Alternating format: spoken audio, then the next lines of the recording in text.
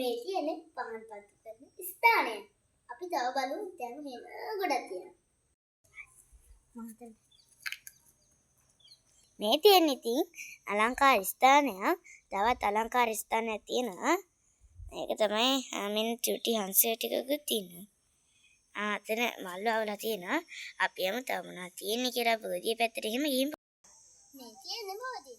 ඉතින් මේ තියෙන පළපල. හැබැයි මේකට ගහන්න මට යන්න බෑ. මට යන්න හොඳයි.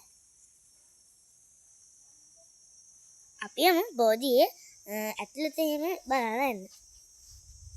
ඉතින් බෝධිය ඇතුළත හරිම අලංකාරයි. හරිම රමණීයයි. ඔයාලා දන්නවද නේ?